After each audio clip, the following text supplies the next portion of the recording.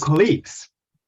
It's my great pleasure to moderate this first interview session. The Scientific Committee of the 6th ESSPD conference wanted to give an opportunity to get to know leaders, true leaders of the field of personality disorders from a more personal viewpoint. So welcome to this session. We have two interviews. Just as a note, if you are coming for the one with Otto Kernberg, it will start at 3:45 European time.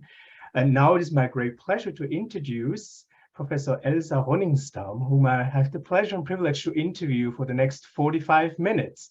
I don't think we will have time for questions. This will, there's no much to talk about, just the two of us.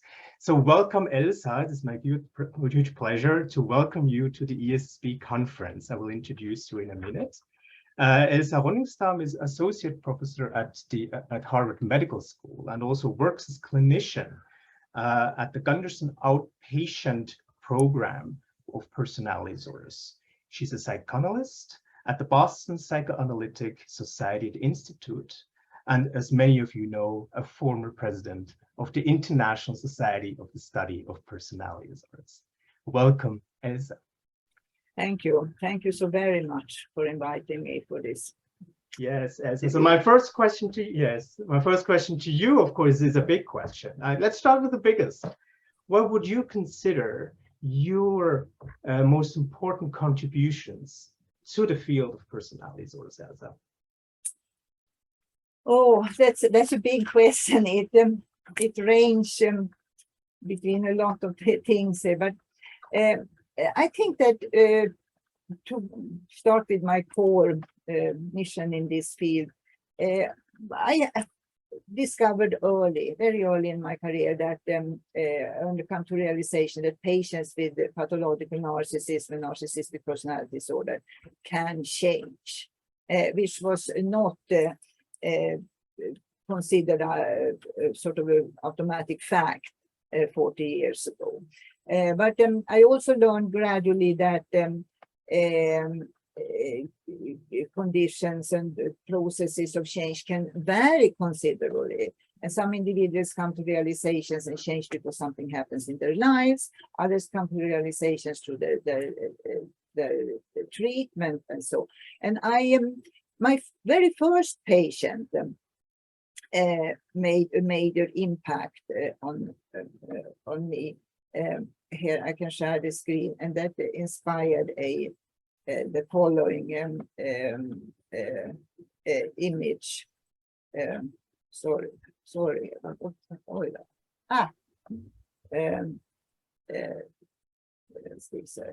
want to click on the presentation mode? Maybe. Oh, that's fine. Like this, you can continue.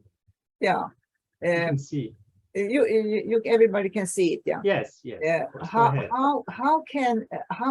is this how can change happen? That was somebody who had a big boat, was very unhappy in the Stockholm archipelago, and was actually afraid of the boat because he thought the boat took over his life. After about 1.5 years of psychotherapy, he came and told me he had sold his big boat, bought a small boat, and he smiled for the first time in the total treatment. And then he went on with his life. And then that made me start to think about how is this possible? What did happen? And then I think that became an inspiration for the next years of my life, my career, to figure out how can change happen. So that was the first thing. Then the second thing I went on to work on was how to build alliance with patients with narcissistic personality disorder, because that is not easy to to do. They're known to drop out earlier or to be very resistant to treatment. And from there on, I start to get more interested in what is happening internally in these patients. What are the motivations? What are the different factors that can contribute to their functioning? And then I also became an advocate for keeping the NPD diagnosis in DSM-5, and I'm very, very pleased to see that it is now also part of the ICD-11, which is a major step. And the inclusion of it in the alternative dimensional hybrid model for personality disorders really open up a whole new area of way of looking at researching narcissism and its core components and fluctuations. So I think also that understanding more of the complexity within narcissism, that narcissism is not just about grandiosity or not grandiosity or anger or shame. It is a very complex and multidimensional personality functioning, and it's very important that we learn to understand more about fluctuations and interactions, and this is part of also destigmatization and humanization of NPD and narcissism. And that's right now my major mission, especially here in the United States, where there has been so much of negative categorization. So that's what I'm. So impressive and so interesting to listen to you. Let me ask you another question. So who is the persons that have influenced you the most, who have mentored you over the years? Well, that has been a few, but I wanted to start with my core most important mentor. That has been Dr. Otto Kernberg. And then that started 40 years ago. Dr. Kramer visited Sweden in the early 1980s, and his work had a major impact on the Swedish professional and educational community, and also in the field of the social welfare. His conceptualization and formulation of borderline personality disorder was monumental, but also I learned a lot about his approach to narcissism and NPD, especially the functional aggression. And then Dr. Kramer was also instrumental in me coming to United States, and I visited him and his group in 1983, and he connected me with Dr. John Gunderson in Boston, who then became my major research mentor. And Dr. Kernberg's work has since then just been sort of the foundation for my continuing work on narcissism. But the research I did with Dr. John Gunderson, who passed away a few years ago,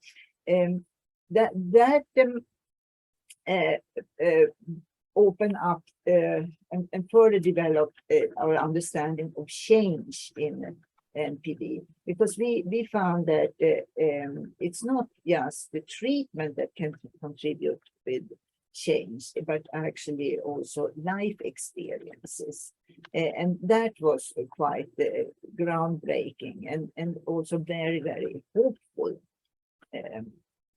But the thing is how to integrate all this in our studies. A third person who has been very inspirational is Dr. Peter Fonagy. I met him in London in 2006 at the International Psychoanalytic Association's Research Fellowship meeting. And his contributions on sense of agency and reflective ability have had this major important impact on my understanding of patients with NPD. I'm just now really working on incorporating a sense of agency in the whole range of narcissistic functioning, even vulnerability. It might sound paradoxical, but agency can actually be part of vulnerability, can be combined with agency. And also the focus on motivation, where I think his work has been major impact.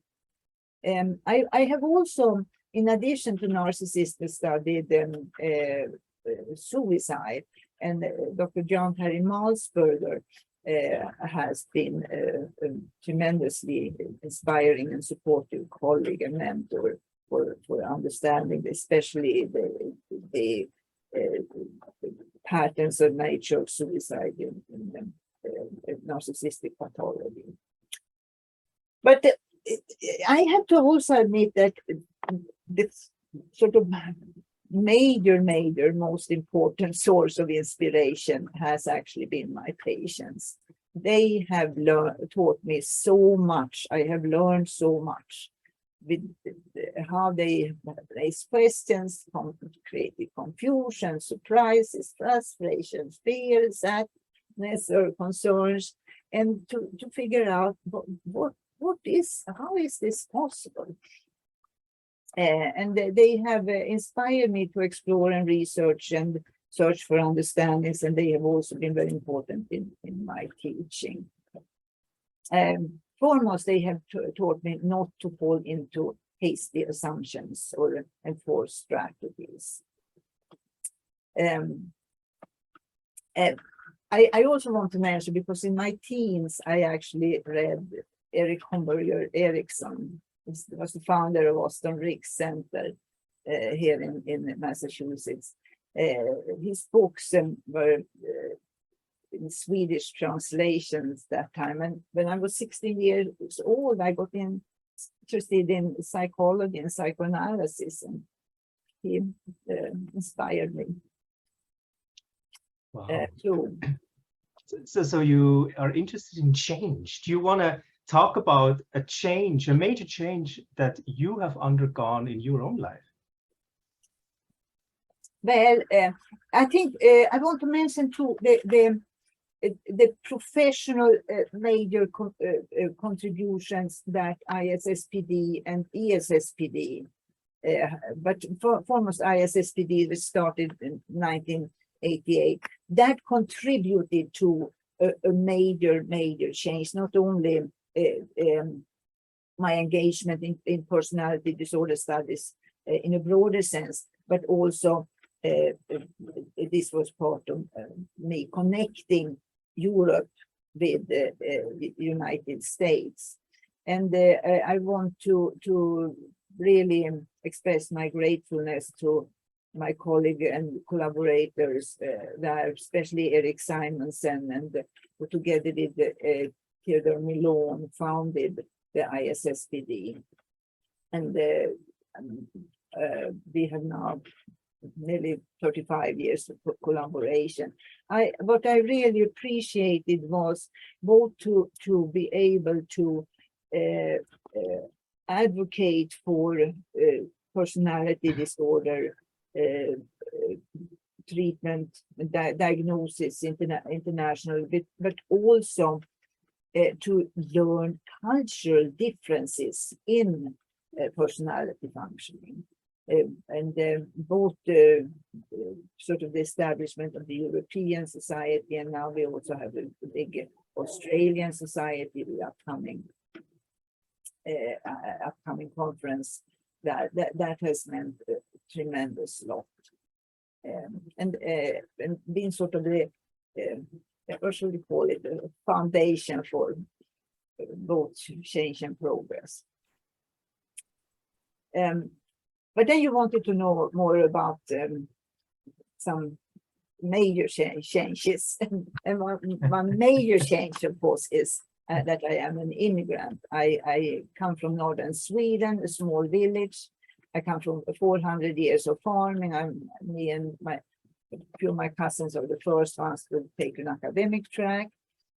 And then my education and beginning professional career was in Stockholm. And then I spent a couple of years in the mid-80s here in Boston doing research with Dr. Anderson. And then I came back. I got international research exchange grant and the fellowship that Dr. Anderson instituted. And here I have been now for nearly 35 years. So. Very impressive. Let me ask you a question. You obviously are from Sweden, and you know, Swedes have said to put rationality before emotionality. Yes. Where are you in this debate? Yes, I am really for that. I have what shall we call it?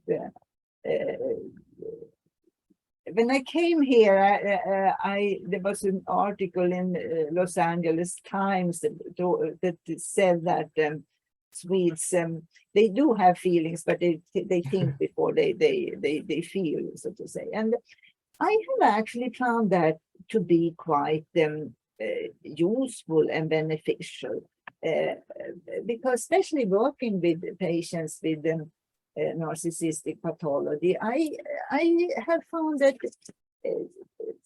start thinking, reflecting upon feelings are quite useful, and to be able to understand the complexity of the patient's feelings rather than making hasty assumptions or reactions, which they really invite you to in many times. But I have found it helpful. I know that it's not in main line with the cultural approach here in the United States, but I've done what I've.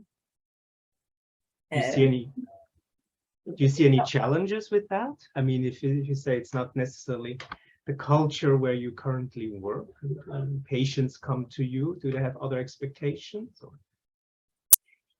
I don't know. The patients have actually appreciated it. I think that there has been more in the collegial community where the question is whether I have feelings or not, and how to learn to express feelings in a way that feels natural for me. So I think that has been the more. But it has really helped me to understand feelings and to see feelings in its context, and sometimes it's better to think before you express your feelings or how to integrate it. And that's very very impressive, and really find this very interesting. One thing, maybe just so our audience gets a little more personal view of you, can you name one activity that's actually an ordinary activity that you like to do in your life? Well, I am through my long journey, I would say that the connecting thing throughout and also my travels, and so it has been my love for nature. I grew up with nature. I share my love for nature with my husband, and I have done a lot of sort of connections between what I see in nature and how to understand, be inspired to explore people's mind. And I also have done a lot of photography, and Wow. on Wow. This is nature. beautiful. This is wow. And this is the complexity of nature. Here you have the contrast. Oh, wow. Did you take that picture? Yes, we are. Beautiful. Wow. And they transform it to canvas. And the beauty. Wow, this is stunning. Is this Sweden? No, No. this is United States. Yes. And this is an early spring Wow. picture. Yeah. Yeah. And I have had a couple of exhibitions with art in nature. And I think that paradoxically, sort of nature and people's mind may sound very different than this one, but there are some very important connections, ideas, inspirations that I have found very, very valuable. I also like to hike and bike and swim. My favorite swimming place is Henry Thoreau's Walden Pond.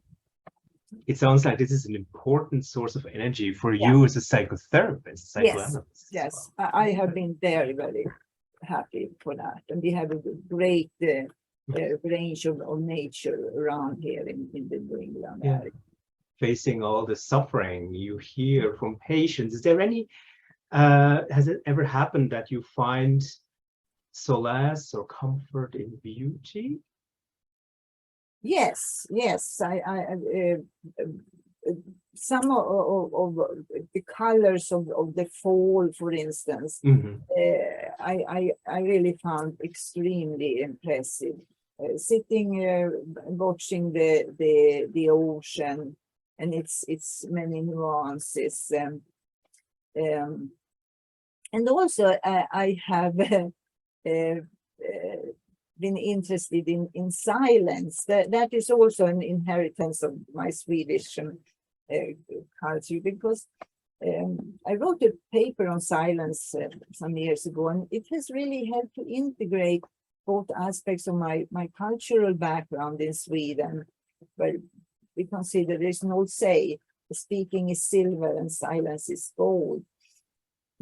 And I got inspired by understanding and working with patients whose silence was important to understand. So I translated a Swedish poem to English. It's by Gunnar Ekelöf. It is in the silence you should listen. The silence behind the apostrophes, the allusions. The silence in the rhetoric, or in the so-called formally perfected. This is the search for an unmeaning in the meaningful and the reverse. Beautiful. I think that captures some of the search for understanding and meaning in my patients. Yes. So just reading your paper and also your interest, now you come back to this notion of silence in psychotherapy. Can you try to describe, I mean, maybe for colleagues working on, with clients with personality pathology, what is a productive moment of silence? How does it look like? How is it? Would you describe this moment?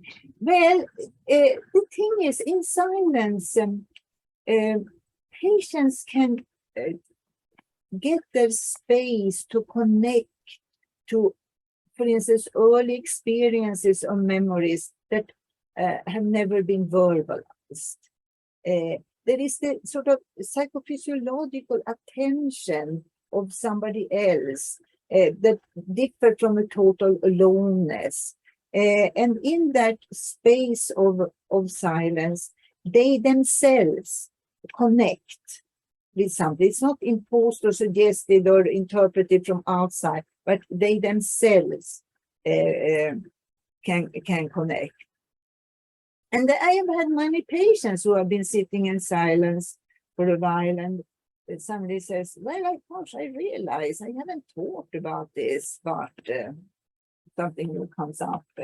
Or now I remember. I have a memory here. I haven't talked about before.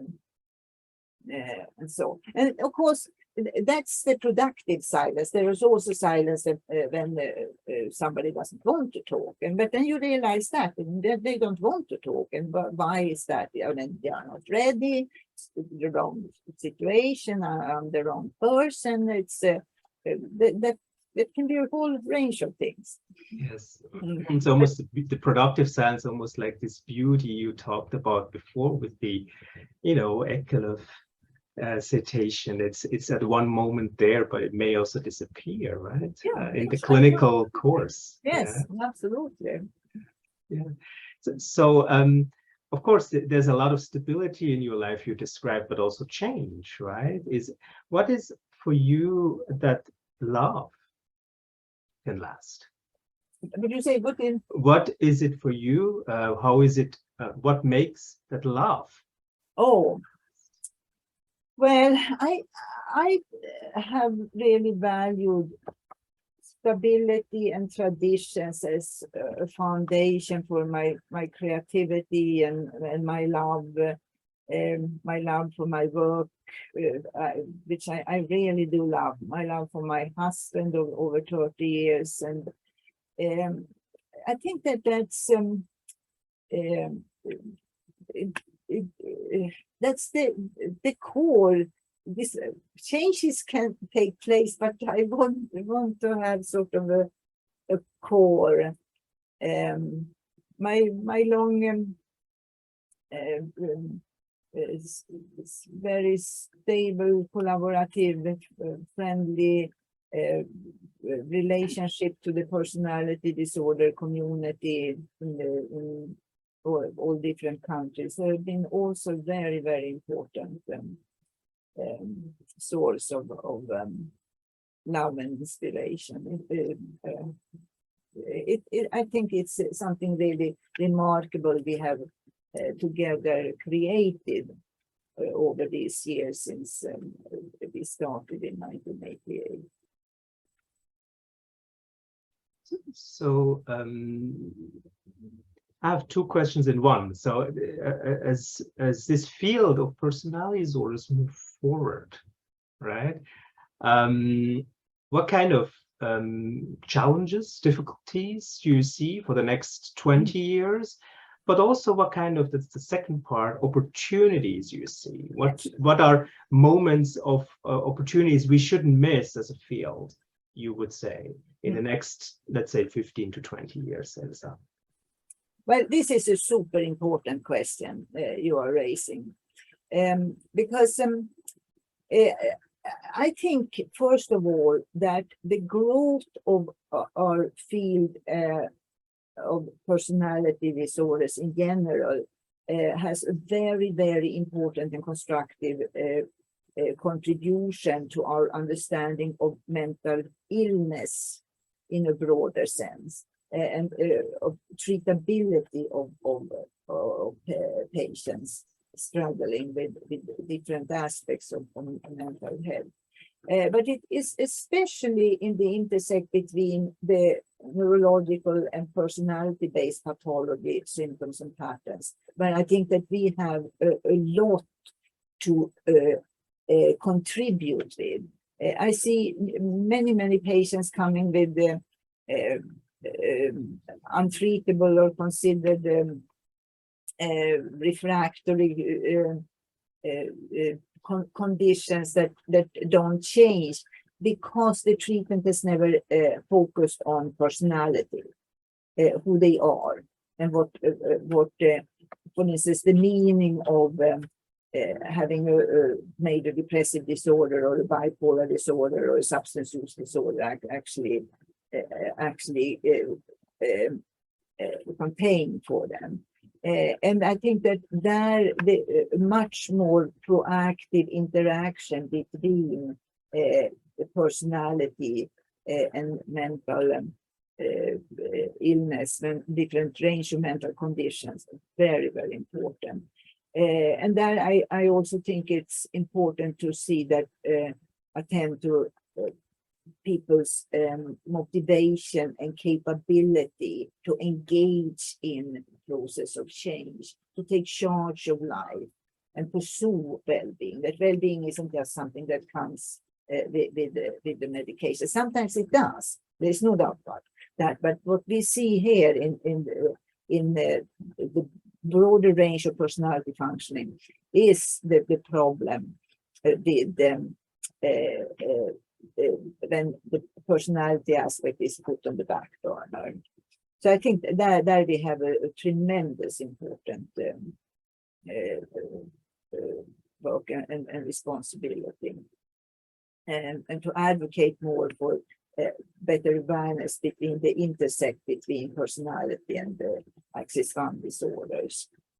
We can increase treatability, we can increase differentiation and understanding between the difference between the neurobiochemistry and the characterological part.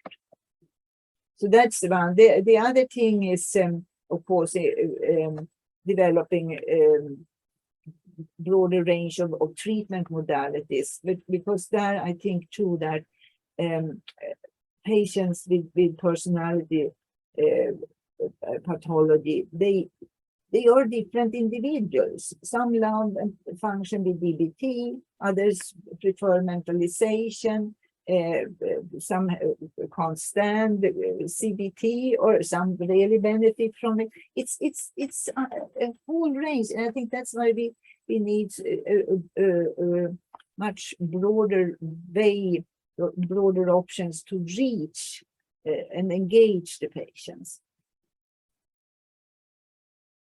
So that would be a challenge to study maybe engagement processes, or how to bring persons into therapy. Do you think prevention would be important, or even broad scale information on, on the level of populations? I think information is a very important thing, and also find different ways to approach this. Because there I can see some patients, when you talk about skills, they can say, yes, I need that. That would be good for me. And with others, is I don't want that. I want to understand. So there you have a range of different ways of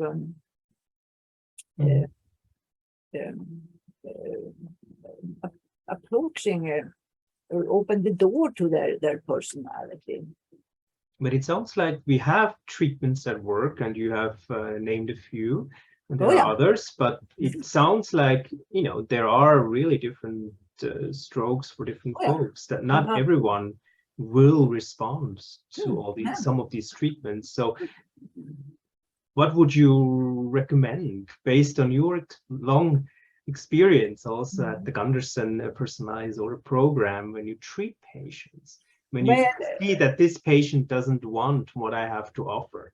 Well, then it's a matter of figuring out what they need and what would be a good match. But I think that more destigmatizing information and education, I think that broader range from where we have now we have the National Association for Borderline Personality Disorder education here in the United States, but I think we need it's not just borderline.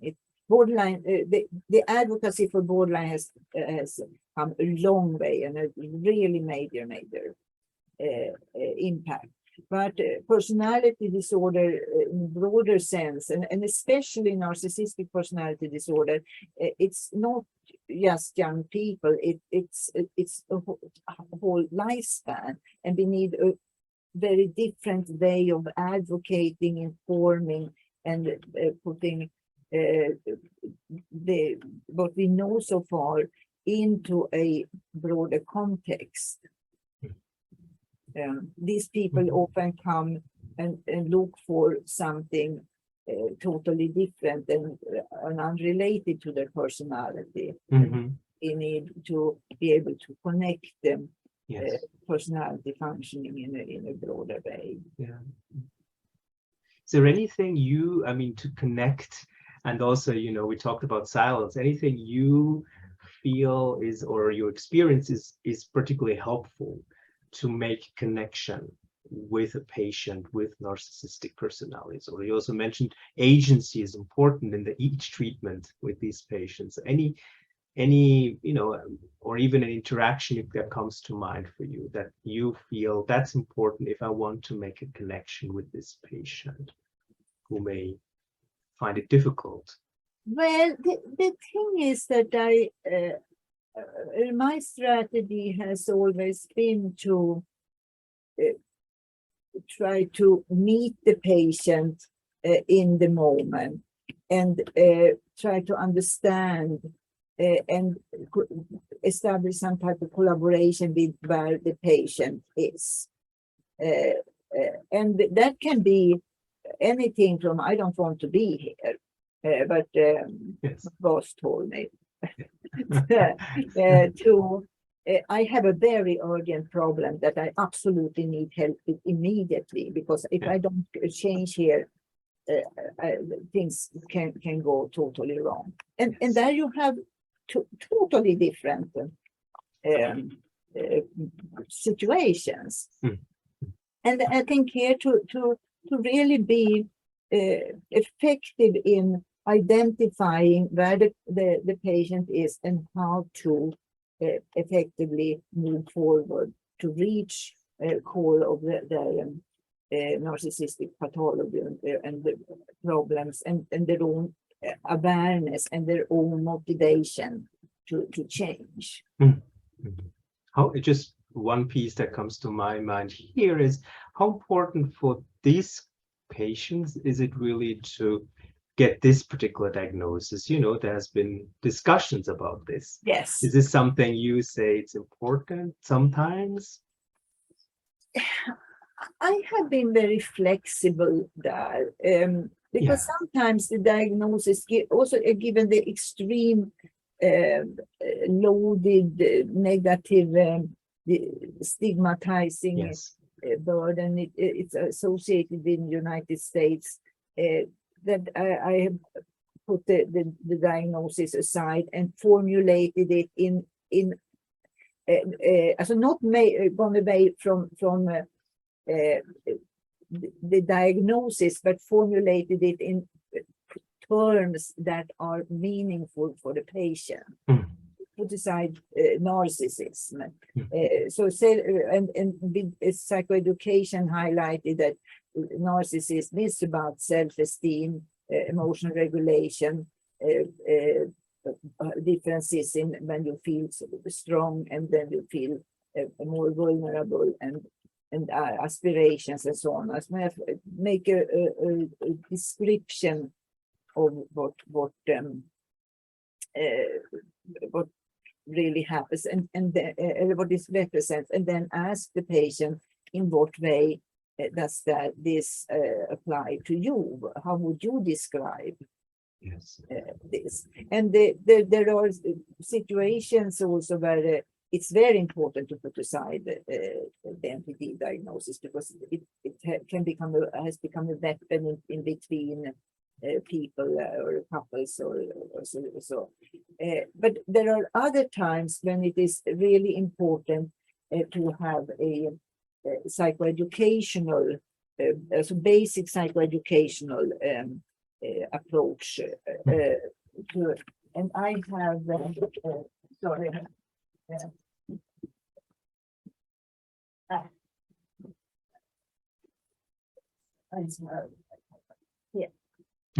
This sorry, I have yes. Wow. use this, and I actually give this to patients to let themselves get integrated, and some put it aside, some read it immediately, some identify, some find it very humiliating, and then you have to this is how it is right now. Yes, yes. Let's come full circle. I mean, just one part of it is, you have devoted your entire career to the understanding and treating of persons with pathological narcissism. And you've given a beautiful clinical example in the beginning with the man who found happiness and well-being on a smaller boat. So maybe that's the answer to my question. But my question to you, Elsa, is how come this phenomenon, change in narcissism, is fascinating you so much? What is there anything you want to add to how you found this so important and interesting? Well, the thing, especially with my first patient who demonstrated this to me and opened my eyes for it, I have found it so remarkable, sort of life encouraging, and that it is possible, because also the contrasts are so big between when you have a pathological narcissist with a lot of internal distress and struggle and internal pain, and then when it's possible to paper it down and turn it around and connect and find a life track that is more balanced. And the thing is too, with that first man, he got a smaller boat, but it can also be I also had people who managed to find the big boats. Yes. And really enjoy it. So you never know, but the thing is the change. Yes. That has been, and I do really believe it is possible. So it's the shift, right? So let me ask you, at the 6th ESSPD conference, we have a lot of early career attendees, young psychotherapists just about to learn how to work with these highly challenging clients sometimes, and researchers who are about to find maybe their postdoc topic and so forth. So what is the advice? This will be my final question to you, Elsa, to these younger generations of scientists and therapists working with this population. I want them to find their own areas of interest and be very, very open to themselves, to define the connection in themselves to develop their professional career. Get optimal supervision and training that fits their interest and personality, and then integrate theory, research, and clinical work. And then I'm really hopeful that that our knowledge, developing knowledge in personality disorders, can inspire young research. And I've seen actually more and more evidence of that too. And then with the need for new treatment modalities too, I think it's the younger generation can really be creative and inspiring. So that is another thing I really appreciated to supervise my students, teach. So Professor Elsa Ronningstam, I'm so grateful that we spent these 45 minutes together today, and for everyone who attended today, thank you. Thank you for answering all my questions so beautifully. I learned so much about you, and I'm sure everyone who attended as well. Thank you, and have a great rest of the conference. Thank you so much for Bye. this opportunity. Thank you.